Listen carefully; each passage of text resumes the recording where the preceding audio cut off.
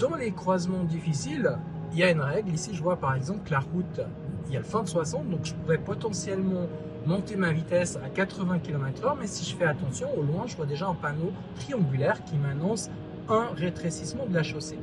Donc la règle, elle change. Dans ce cas-là, je dois être en mesure de pouvoir m'arrêter sur la moitié de la distance de visibilité. Donc c'est inutile d'accélérer pour ensuite freiner. Donc ici, j'ai une ligne médiane qui n'est pas très visible, mais certes, qui va disparaître un peu plus loin. Donc là, je vois un deuxième rappel de panneau justement de chaussée rétrécie. Et à ce moment-là, j'adapte ma vitesse de manière à ce que je puisse m'arrêter.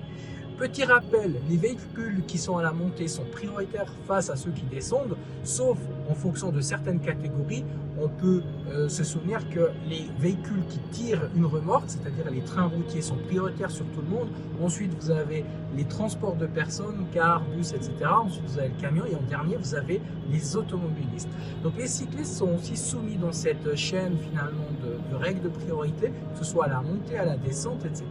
Il faut s'en souvenir qu'il y a des règles qui sont absolues et qui sont utilisées en cas de malentente ou d'accident sur la route.